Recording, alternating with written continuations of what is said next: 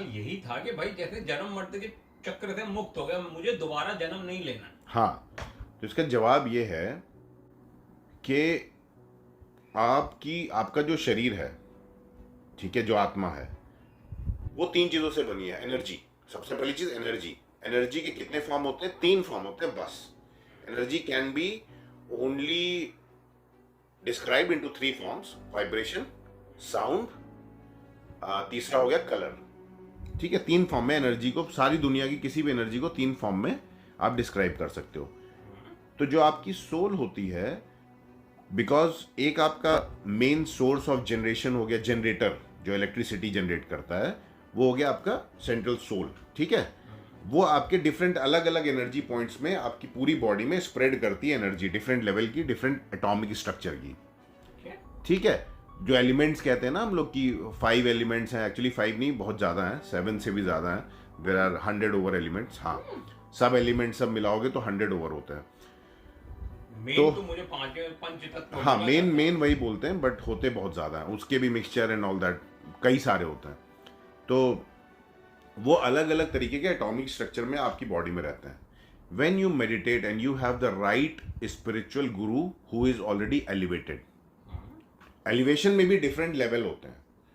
ऐसा नहीं होता है कि somebody who is elevated वो सुप्रीम इक्वल टू गॉड हो गया, नहीं, there would be different hierarchies in elevation. ठीक है, जितना मैंने समझा है सबकी उससे। तो क्या होता है कि जब आप मेडिटेट करते हो और धीरे धीरे जब आप क्लीन करते हो अपने पूरे एटॉमिक स्ट्रक्चर को, सारी एनर्जीज को, एनर्जीज एक तरीके से एटॉमिक, डिफरेंट तरीके की एटम्स की वाइब्रेशंस हैं, राइट, डिफरेंट टाइप की एनर्जीज। जैसे तुम्हें गुस्सा आया तो अलग तरीके की होगी, इमोशंस आए तो अलग तरीके की हैं। सो जब इनको तुम रेगुलेट करते हो विद मेडिटेशन एंड क्लीनिंग, तो क्या होता है कि ये एनर्जीज धीरे धीरे आपकी सोल के लिए रास्ता बना देती हैं to exit from the body. Because now you are following Einstein rule, E is equal to mc square. So what you are doing is कि जो एनर्जी है उसको आप वेलोसिटी दे रहे हो एक ही डायरेक्शन में।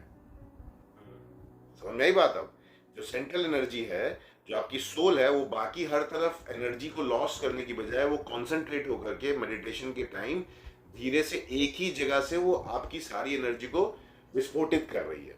It is like atom bomb. और वो विस्फोटित कर रही है कि लीनियर जा रही है? वो लीनियर, वो विस्फोटित कर रही है। It is like, it is in a circle, go everywhere. It is one direction but in a circle. नहीं समझे? इस सर्कल में वन डायरेक्शन है, मतलब it is not spreading anything with in the body. Body के अंदर कहीं भी उसका डिसेमिनेशन नहीं हो रहा है। सी, होल वर्ल्ड इज 3D।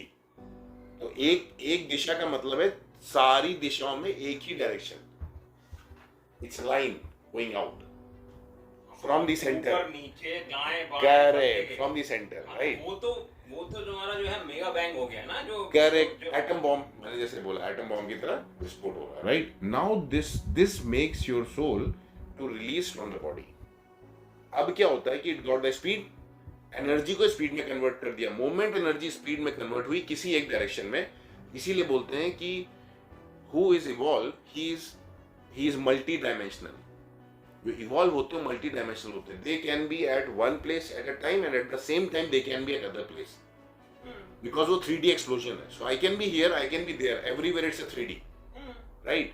तो ये होता है कॉन्सेप्ट। नाउ इट कम्स कि जैसे ही आपकी सोल आपकी बॉडी से निकलना सीख जाती है बिकॉज ऑफ योर प्रैक्टिस और मेडिटेशन एंड आपके गुरु के सारे आपके ऊपर एहसान से, उसके बाद डिपेंड करता है कि आप किस लेवल तक जाते हो उस स्पिरिचुअल कंडीशन में, कितना आगे आप जाते हो। तो जैसे विस्फोट हुआ, लेट्स अंडरस्टैंड कि विस्फोट हुआ, हमने एक सिटी कवर कर ली इस एटॉमिक विस्फोट से।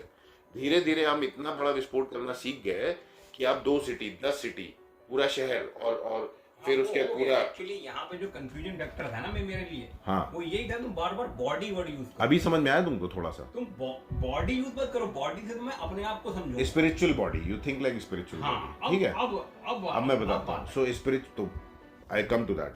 तो जैसे ही तुमने वो करना सीख लिया, now you are out of time boundation, जो आइंस्टाइन ने समझाया था। टाइम एनर्जी में कन्वर्ट हो गई।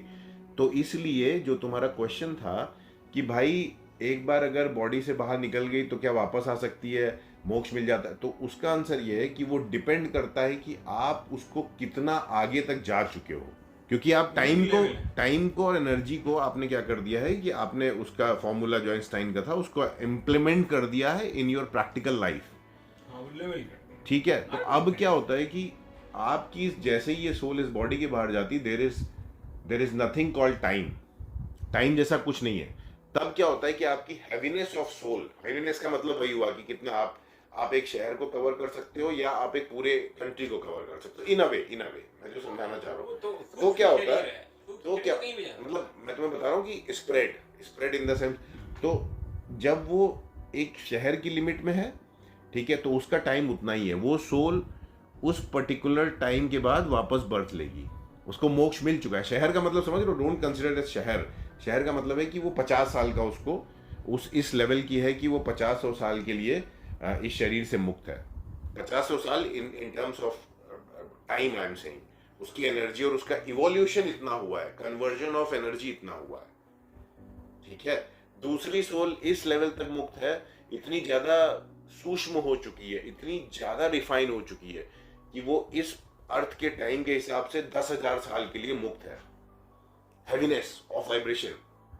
तो वो 10,000 साल बाद वापस जन्म लेगी। तीसरी सोल ऐसी है कि which is equal to God, जो दाजी और सब बताते हैं। मतलब इसमें भी हाँ जी, यस नहीं, यू विल कम बैक। इसीलिए कह रहे तो जो सेंटर रीजन बताया जाता है, जो बाबूजी जहाँ पे थे और जहाँ पे दाजी हैं और चारी जी थे, जहाँ पे ले जाता है सहज मार्ग, वो रीजन ऐसा होता है कि where it says equal to God.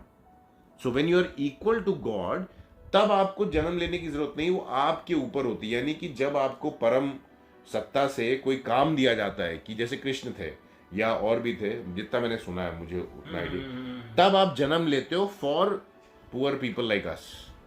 अच्छा, तो अगर ये आप है। मुक्त हो भी गए तो ये नहीं है कि आप permanent नहीं, हो, ऐसा permanent नहीं जगह पे है, हो। नहीं ऐसा नहीं होता कि परमानेंट हाँ, वो है। इट permanent डिपेंड्स ऑन जगह योर पे हो। रिफाइनमेंट ऑफ हाँ, वही एनर्जी। मैं समझ हाँ, गया ना।